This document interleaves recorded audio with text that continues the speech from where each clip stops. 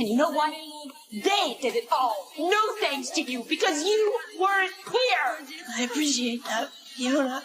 But I'm here now. He doesn't even know who you are. I'm his mother! You were my mother, too. This sentence is like a thorn stuck in my heart, and it has been there for more than a decade. Every time I think of Monica's face, which is both familiar and strange, an overwhelming sense of exhaustion and a deep-seated sadness well up inside me. I'm Fiona, the eldest daughter of the Gallagher family, and I can be considered the only relatively sane adult in the family. Every day when I open my eyes, there are endless bills to pay, and an empty refrigerator that can never be filled. My love for these little rascals is an instinct engraved in my bones. They are my responsibility, my whole world. And what's more, they are the shackles that I can't remove from my youth, and my parents have always been the two biggest sources of disasters in my life. In order to keep the children by my side and prevent them from being taken away by the welfare agency, I applied to become their legal guardian, which also means that I have completely given up the last bit of possibility of freedom in my youth. I've done what I could to help raise my siblings. I wish I could have done more. I'm not asking for your pity or your admiration. I just want to be able to give these kids everything that they deserve because they're great kids, and they deserve better. In such an environment, I met Steve Jimmy, or whatever his name was. He burst into my bleak life like a ray of light, driving luxury cars, wearing decent clothes, charming and generous. He showed me a life I had never experienced before. He who is so considerate also gave a brand new washing machine and even helped me deal with family troubles, letting me temporarily forget the filth and chaos of the South Side. I thought I had found the one who could take me away from all this. I fell for him unreservedly, willing to ignore the red flags for him, his questionable sources of money, his occasional evasiveness. Carter, you'd ask me. No, you have known from day one what you were getting into with me. Right, I got sucked into your world. I bent to your rules. I just assumed that we'd eventually decide how to move forward together like couples do, but there never was we. What have I been doing? Cooking, cleaning, laundry, living in a goddamn slum. A slum? I was so desperate for love that I chose to believe the beautiful illusion he spun, but his repeated betrayals and disappearances shattered my trust in love. It's Steve. Leave some words. Last message. I promise. Wherever you are. Bye. Reality forced me to keep moving like a wind-up machine, working even harder, just to give this family a slightly decent future. Amidst this endless hustle, a completely different kind of man entered my life. Mike, the owner of a company called Global Cup. He offered me an office job, but more than that, he gave me respect and care. With Mike, I finally felt like I could catch my breath. He did not care about my background, admired my hard work, and made plans for our future. I clearly know that Mike is the purest light I've ever met in my life. However, driven by alcohol and the impulse of self-destruction, I unexpectedly slept with Mike's brother Robbie, a man who is equally uninhibited and exudes a dangerous aura. Even until we broke up, Mike kept saying that I wasn't interesting enough. I'm the one who's sorry, by the way. Why? I'm not more interesting. You are. I'm really not. I hold down a job, look after my family, care about telling the truth. As far as those aren't selling points. That overwhelming sense of powerlessness and disgust with myself nearly consumed me. Life kept hitting me with one blow after another, and then something happened that I could never forgive myself for. Liam, my youngest brother, accidentally ingested my cocaine. That moment was darker than any heartbreak or job loss. Because of my stupidity and recklessness, I almost killed him. It also put me in the danger of going to prison. This family is already on the verge of collapse and can't afford to lose me. However, Lip doesn't understand my despair and only blames me for being selfish. This is all about you. Yes, it's about me. Okay, because it's never about me, and I'm finally making it about me. So what, I'm supposed to drop out of school while you do 5 years? I'm not guilty! Liam almost died! And that was you! All fucking you! Your coke, your boyfriend, your fucked up life! It's not mine! All right? It was like a slap in the face that finally woke me up. I forced myself into rehab, did community service, and tried my best to follow my parole officer rules. During that time, I rushed into a marriage with Gus, the musician, as if checking off a task. And Jimmy always shows up when I'm least on my guard, dragging me back into the whirlpool of lies and chaos. I really didn't expect that. Even though so much time has passed, I still can't forget Jimmy. I can no longer bear this endless tug of war and illusory hope. Finally, I made up my mind and asked Jimmy to let me go, and also to let myself go. But I need something else now. Gus? I don't know. But I know it's not you. You have to let me go. You have to let me let you go. I need you to do that for me.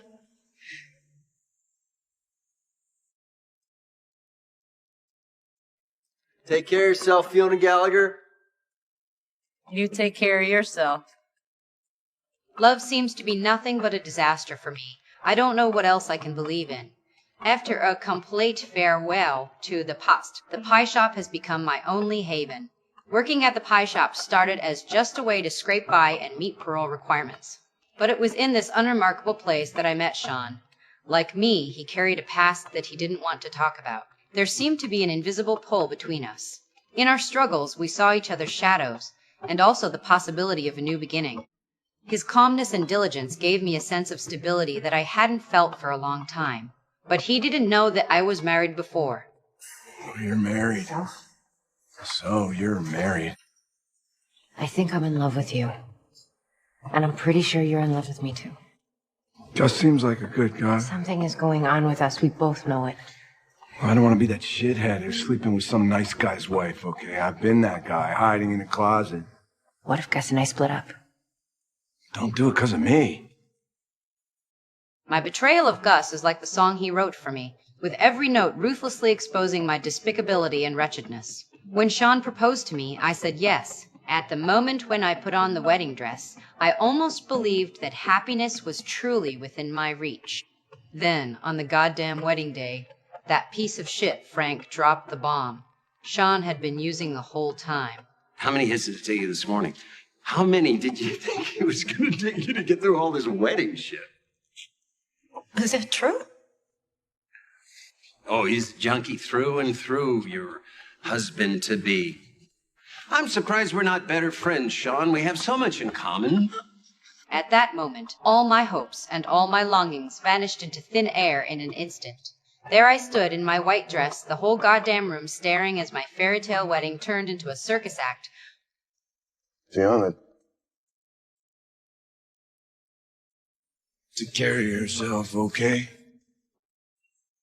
Watching Sean bolt like a coward. Didn't even cry, just felt this icy numbness crawling under my skin like I'd been hollowed out. After experiencing failure and setbacks time and time again, I became more tenacious and also more cold and hard-hearted. I channeled all my energy into making money, because I know that in this shitty world, only money can give me a little bit of pitiful sense of security.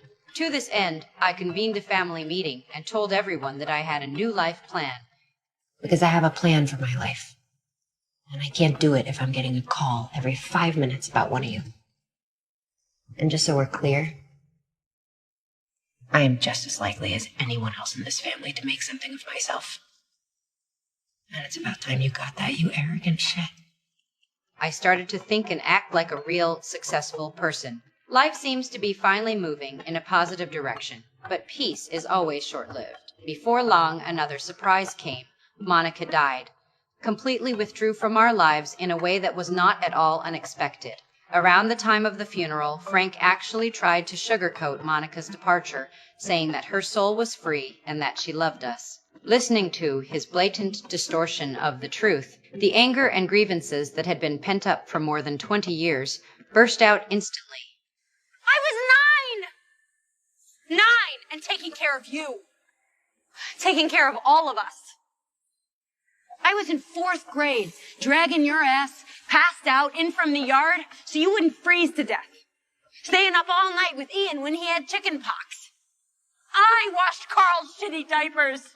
I picked lice out of Liam's hair.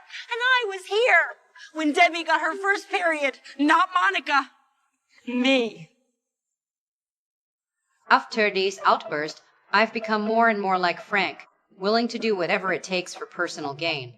In order to make the environment around the apartment building I newly acquired nicer, I had a huge argument with Ian. What the fuck? No! I am not doing this with you again today. We are both fucking adults. Come on, I know you're pissed. I know you're pissed! Ian simply can't understand my ambition to strive upward regardless of everything. Maybe it's because I desperately want to make a name for myself and get rid of this shitty life that I ran into Ford, an architect who seems steady and mature. He gave me a lot of advice regarding my career. I invested all my savings and even took the risk of borrowing from loan sharks to invest in a new real estate project. However, reality dealt me a harsh blow once again.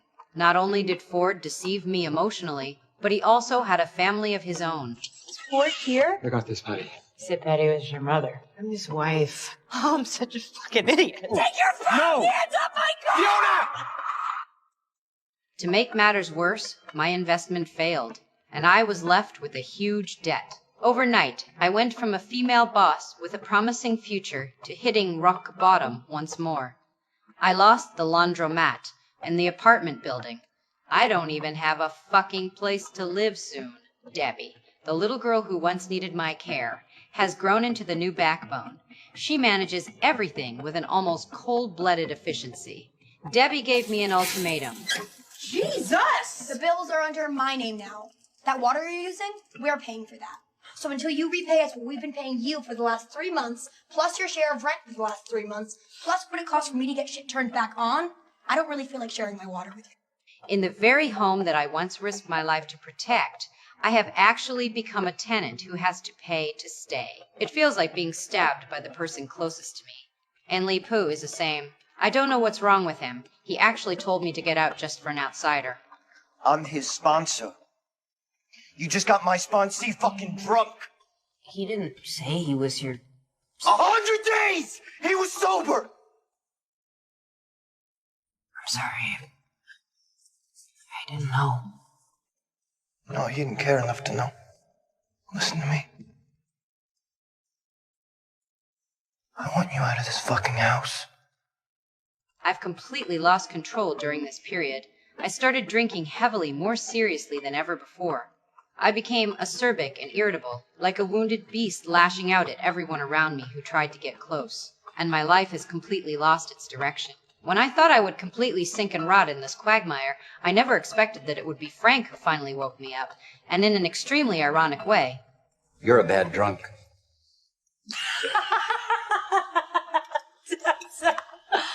Oh, well, if that isn't the pot calling the kettle black. No, I am telling you there are good drunks and bad drunks. A good drunk is fun. A bad drunk wants to have a fight. A good drunk lives in the present. A bad drunk is thinking about yesterday. It's all about gas and the brakes. Bottoms up. It was as if fate was a prearranged script. Just as I was being pushed to the edge of the cliff, that previous investment partner, perhaps out of his last bit of pity, bought out my already trapped retirement shares. The $100,000 was neither too much nor too little, and it was exactly the ticket for me to start anew. This family already has a new backbone, and the children have grown up. They are no longer the fledglings who need my constant care. It's time for me to leave. I left half of my money to this family as a reserve fund, and this is the last time I fulfill my duty for them. Before leaving this once chaotic home, I looked at Frank, my father, who gave me life, but also brought me endless pain and troubles. There was a rare clarity in his eyes. He seemed to sense that the parting was approaching, and for the first time he didn't talk nonsense. You did a good job. Monica wasn't up to it. You stepped in and helped. Thanks. These words were spoken softly from his mouth, but they hit my heart heavily. There was a kind of absurd and unreal feeling, yet they faintly touched the sense of approval that I had been longing for in my subconscious for almost half of my life. Well, Frank, let's consider this rare moment of your sobriety as having drawn a scribbled but truly meaningful end to my ups and downs journey in the South Side. Well, goodbye, Frank. Goodbye, the South Side. This heavy shackle called responsibility has finally been removed by my own hands at this moment. The road ahead is vast, and I have no idea what awaits me. But I know very clearly that I can finally live for myself once. The longing for happiness in my heart has never faded away. Perhaps in some sunny corner that I've never imagined, the peace that truly belongs to me is quietly waiting for me